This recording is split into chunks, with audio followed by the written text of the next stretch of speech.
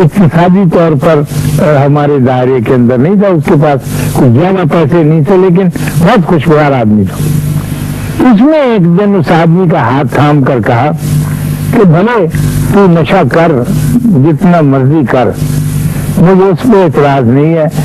تو نشہ کر چاہے نہ کر، میں تجھے چھوڑوں گا نہیں، تو ہمارا یار ہے اور یار ہی رہے گا۔ اس نے کہا کہ پنجابی میں ایک محاورہ ہے کہ یار کی یاری کی طرف جانا چاہیے، یار کے عیبوں کی طرف نہیں جانا چاہیے۔ آپ یقین کیجیے خواتین و حضرات، بغیر کسی طبی امداد کے، بغیر کسی ماہر نفسیات کے، جب اس شخص کو اس محمد نواز جلد ساز کا سہارا ملا تو وہ بری گندی لائن عادت سے باہر نکل آیا اور صحت مند ہونا شروع ہو گیا۔ تو انسان کتنا سہارا انسان کو دے سکتا ہے، کتنی تیاریاں اس کی ہوتی ہے، کیا چاہتا ہے کہ وہ پرسنل طریقے پر اس کا ساتھ دے، یا ایسے ادارے بناتا رہے جہاں وہ تو اس کو نہ مل سکے لیکن اس کی مدد کرنے کے لیے اور آدمی موجود۔ ہمارے پرانے زمانے میں اس بات کی بڑی تلقین کی جاتی تھی، اب نہیں ہے، کہ آپ مخلوق خدا کا ساتھ دیں، کیونکہ جب تک ان کا ساتھ نہیں دیں گے ان کی طرف سے آنے والی طاقت جو ہے آپ تک نہیں پہنچ سکے گی۔ آپ ہی نے مجھے یاد ہے ایک دفعہ یہ واقعہ سنایا تھا اور اب مجھے بات کرتے ہی یاد آ گیا، آپ ہی سے سنا تھا ٹی وی کے کسی پروگرام میں کہ ایک والد تھے، وہ اپنا اخبار دیکھ رہے تھے، تو اس اخبار کے اندر ایک نقشہ تھا دنیا کا فل کلر، جس میں ہر ملک کی پکچر، تو انہوں نے وہ کاغذ پھاڑا، بڑے سائز کا تھا، اور اس کے ٹکڑے کر دیے، پھاڑوں میں سارا کاغذ 32 ٹکڑوں میں تقسیم کر دیے، اور اپنے چھوٹے سے بیٹے کو 5-6 سال کا میرے پوتے اویس جیسے کو بلایا اور اس کو کہا کہ لے بھائی یہ دنیا کا نقشہ ٹوٹو میں ہے، تو اسے جوڑ کے دکھا، تجھے آتا ہے؟ انہوں نے کہا کہ ہاں دادا مجھے بابا مجھے آتا ہے، میں جوڑ سکتا ہوں، اور میں گلو آپ مجھے دیں گے، ان کو گلو آپ کو دیتے ہیں۔ اس نے کہا میں نقشہ بنا دوں گا۔ تو وہ بیچارہ سارے ٹکڑے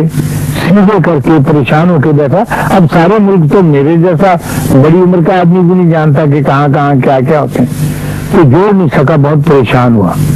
کوئی 10 منٹ تک تو وہ غور کرتا رہا اور نہ آیا، پھر اللہ نے اس کی مدد کی کیونکہ آرزو اس کی تھی۔ 3 منٹ کے اندر اس نے سارا نقشہ بالکل ٹھیک صحیح دنیا کا پورا رنگدار جیسا کہ اس رسالے میں موجود تھا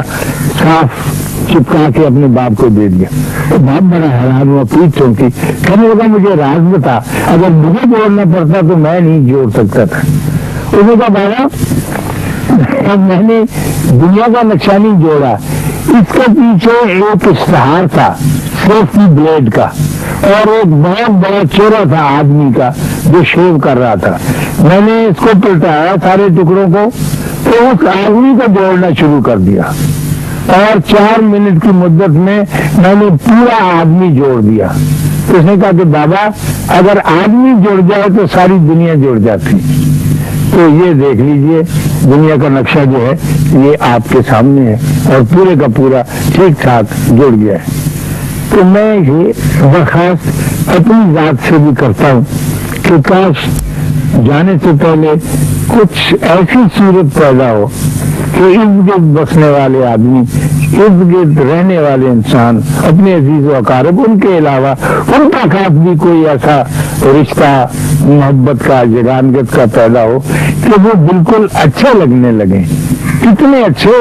جتنی اپنی ذات اچھی لگتی ہے، لیکن ایسے ہوتا نہیں ہے۔ ہم رفائی ادارے بنانے کو تیار ہیں، بہت اچھے سے بنائے ماشاءاللہ، اور بڑے قابل داد بنائے ہیں، ہر قسم کا سسٹم ایجاد۔ آپ نے سنا ہوگا اکثر ہم سسٹم کی بات کرتے ہیں، انسان کی بات نہیں کرتے،